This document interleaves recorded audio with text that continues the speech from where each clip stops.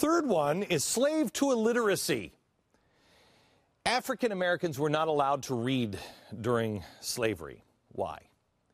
It's obvious. Owners knew the more educated a person was, the more they could read or write, the better chance they'd figure out at saying, I shouldn't be a slave. I should be free. Today, our schools are failing us. They are enslaving our children. America is one of the top spenders on education. $2 trillion in the last 44 years. But when it comes to results, we're not really getting that payoff. There's an entire chapter in my new book, Cowards, that came out last week just to prove it. Out of 34 civilized countries, American kids ranked 25th in math, 14th in reading, 17th in science. In 2010, just 20% of fourth graders, 17% of eighth graders, 12% of 12th graders were proficient in U.S. history. How do we expect to be free when those stats sit there? Can't have a civilization that will protect itself and remain free if only 12% know its history, where we came from. We're getting a bunch of kids also who hate the free market.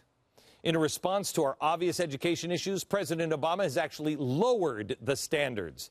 He's just recently caved to schools who were complaining because they couldn't meet the federal standards. They can't get those test scores. So he granted them waivers from the standards. Who loves their children and then says, you know what, you can't make it? I tell you what, skate on that one. You become a slave to illiteracy. And the last one is slave to ignorance. How many friends do you personally have who don't pay attention to the news whatsoever? And they'll always say the same excuse, I can't watch it, it's all the same, it's too depressing, whatever. They can't tell you what's happening in Greece. They can't tell you what's happening with the EU. They think QE3 is some, I don't know, is that a game show? Oh, no, dummy. That's that English boat, the QE3. They have no idea who George Soros is, and if they do, they think he's a nice guy because they don't know anything else about him. If Americans don't know what's going on, guess what? There is somebody like George Soros who's more than willing to pay attention for you and make all of your decisions. Do you remember when I did the show about the cattle and the ranchers? I was over at Fox. I drew out the ranch and the cowboys there, and I showed you that the progressives are the ranchers, and they look at us like cattle, and they just herd us, and they just want to keep us penned in for our own protection. Just keep us penned in. We're incapable of making our own decisions. Mayor Bloomberg in New York City is doing that right now, banning sodas larger than 16 ounces. Now in Cambridge, Massachusetts, the home of Harvard University, they've issued a policy order to get rid of all soda, no matter what size, in all restaurants. Have a good time with that one, Massachusetts. I don't think I've come to visit you. Oh, are you disappointed? Me too. We're being enslaved to the system in every aspect of our life, right down to how many sips we can take of a Slurpee in one sitting. And while we sit around watching American Ninja Warrior, the states ran up $1 trillion pension gap. Well, how did that happen? Whose fault is that? The ones who are ignorant? The ones who are in self-imposed ignorance? The ones that were convinced by local politicians and labor unions? The state workers who went along with it, knowing there's no possible way, if you weren't a slave to ignorance, there's no possible way that this system will work. But everybody valued their pensions or their power more than reality. And now we're all being forced to do what we don't want to do. Change our lifestyle. Make cuts. Slaves don't like that. The ones enslaved from to the lies from the government and to their unions are not happy. I'm gonna read something to you from. Would you mind taking this for me? I'm gonna read this from Booker T. Washington. It's Up from Slavery. It's pretty amazing. It's an autobiography of Booker T. This is the reason why we don't pay attention. Among a large class, there seemed to be a dependence upon the government for every conceivable thing. The members of this class had little ambition to create a position for themselves, but wanted the federal officials to create one for them. How many times I wished then, and have wished since, that by some power of magic I might remove the great bulk of these people into the country districts and plant them among the soil, upon the solid and never deceptive foundation of Mother Nature, where all nations and races that have ever succeeded got their start. A start that may first be slow and toilsome, but one that is nonetheless real. He's talking about a time after slaves, and he went to Washington and he's like, what are you doing? You African Americans, what are you doing? You're enslaving yourself. It's not a black thing. It's a people thing. One more thing.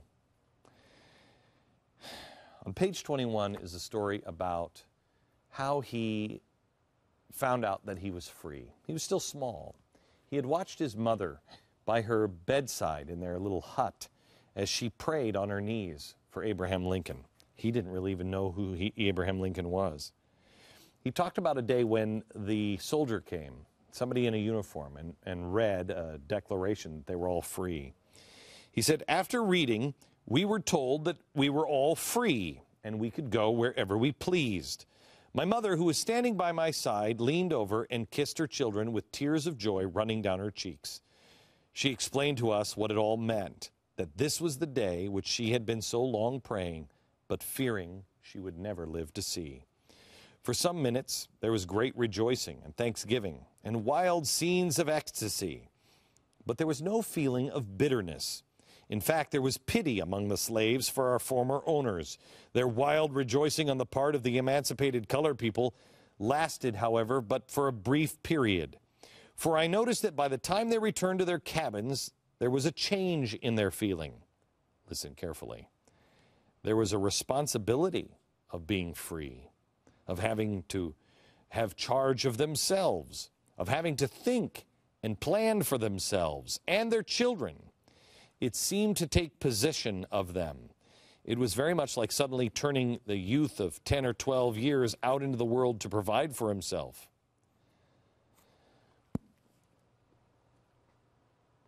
That's why we don't do it. Because it's scary. Because there's responsibility. It's hard work to be free. It takes common sense, work ethic, a willingness to be dirt poor, but to be free. A willingness to buck the culture. A willingness to be different. Last night I read a story that was up on the Blaze. I think it's still up there. It's about a woman who lived cash-free for 16 years. She lives in Germany. She hasn't used cash in 16 years. I got news for you. I read the story last night. I'm like, I don't want to live like her. But I contend she's free. I contend she's one person in Europe that's not worried about the collapse of the euro. They're like, we can do it. Not a problem. We are experiencing slavery, just a different kind of slavery now. But this slavery is different because we brought this on ourselves. It's totally self-imposed, and the shackles can be broken only by us. Adidas, I think you made perhaps the most appropriate shoe for the American citizen in 2012.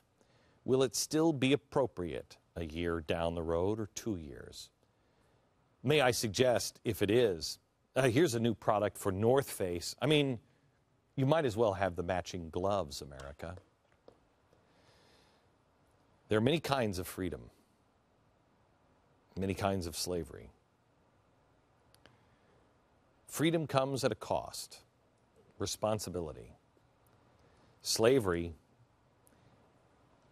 this kind of slavery comes with a carrot at the end of the stick. Just come walk over here. Just walk over here. Why don't it be fine over here? Then I'll give you the carrot.